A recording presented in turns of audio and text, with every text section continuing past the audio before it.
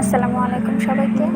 আমার হাতে যখন সময় খুব কম থাকে তখন আমি ঠিক এভাবে খিচুড়ি রান্না করি শর্টকাটে, কিন্তু খেতে খুবই মজা হয়। তো চলুন দেখি আমি কীভাবে বানাই।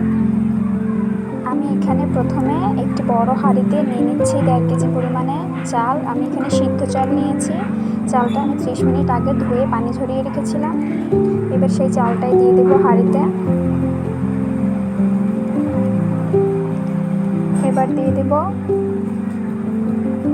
বাদাম এবং নারকেল, আমি এখানে একসাথে ব্লেন্ড করে রেখেছিলাম, সেটা দিয়ে দিব।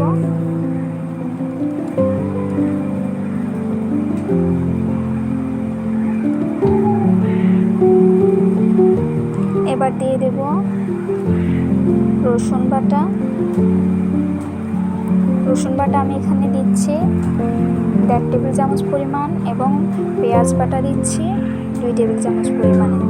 এবার দিয়ে দেব গোটা গরম মশলা, 3টা দারচিনি, 4-5টা এলাচ এবং 7-8টার মতো লবঙ্গ।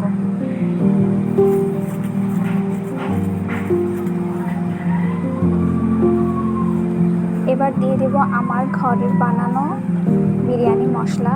এই মশলাটা আমি বেশি করেই বানিয়ে রাখি, যখনই খেতে ইচ্ছে করে বিরিয়ানি বা খিচুড়ি তখনই সেটার ভিতরে দিয়ে আমি খাই। তো সেটা দিয়ে দিচ্ছি আমি। মশলাটা আমার কিছু ছিল ঘরে। এবার দিয়ে দেব আধা টেবিল চামচ পরিমাণে হলুদটা এখানে কম ব্যবহার করার চেষ্টা করবেন, না হলে গন্ধ আসবে হলুদের। এবার দিয়ে দেব লাল মরিচ আধা টেবিল চামচ পরিমাণে।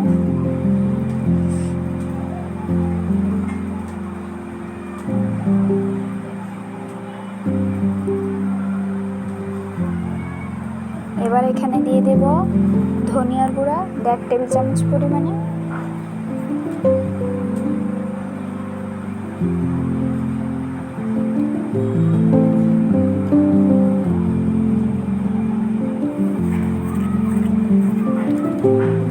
দিয়ে দেব তেল দিচ্ছি আমি এখানে 1 টেবিল চামচ পরিমাণে। আমি এখানে প্রথমে তেলটা কম ব্যবহার করব, যেহেতু আমি পরে খিচুড়িটা বাগার দেব, সেই ক্ষেত্রে পরে তেল ব্যবহার করা হবে, তাই আমি এখন তেলের পরিমাণটা কম দিচ্ছি।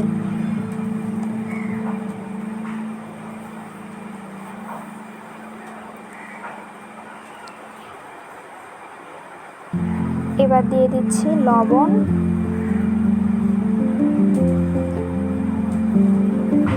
এবার সব কিছু হাতের সাহায্যে খুব ভালোভাবে মাখিয়ে নেব।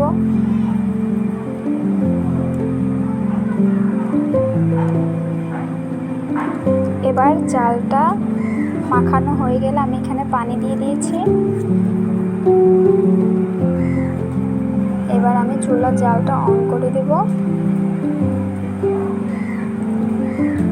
আমি ডালটা এখন দিচ্ছি না, ডালটা আমি পানিটা যখন গরম হবে তখনই ডালটা দেব।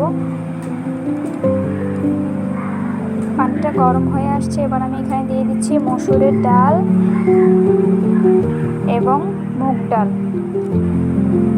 চেষ্টা করবেন 5-6 রকমের ডাল ব্যবহার করার। যত বেশি ডাল ব্যবহার করবেন খিচুড়িটা খেতে ততই মজা হবে। আমার হাতের কাছে 2 রকমেরই ডাল ছিল, তাই আমি 2 রকমেরই ডাল ব্যবহার করছি। এবার সব কিছু নেড়ে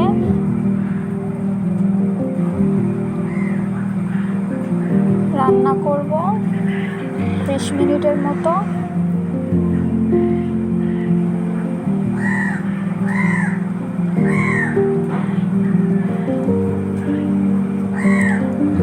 এবার আমি বাগার দেব, তাই আমি একটি ফ্রাই প্যানে দিয়ে দিচ্ছি 2টা রসুন কুচি এবং বড় সাইজের 2টা পেঁয়াজ কুচি দিয়ে একটু ব্রাউন করে ভেজে নেব।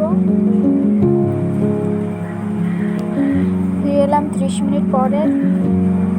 আমার চালটা অলমোস্ট 70% মতো সিদ্ধ হয়ে গিয়েছে।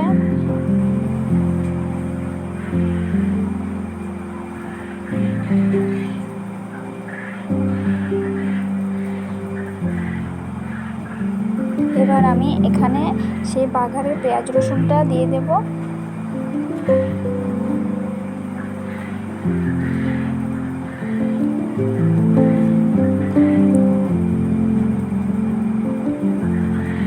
এবার ভালো করে নেড়ে সব কিছুকে মিশিয়ে নেব।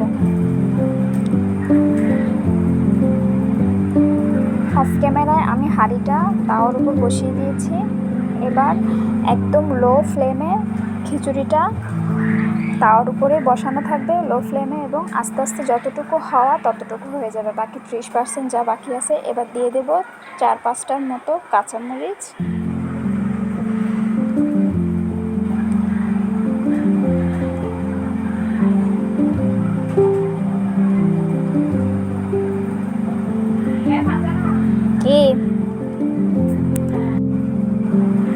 এবার খিচুড়িটা দমে রান্না করলে হয়ে যাবে।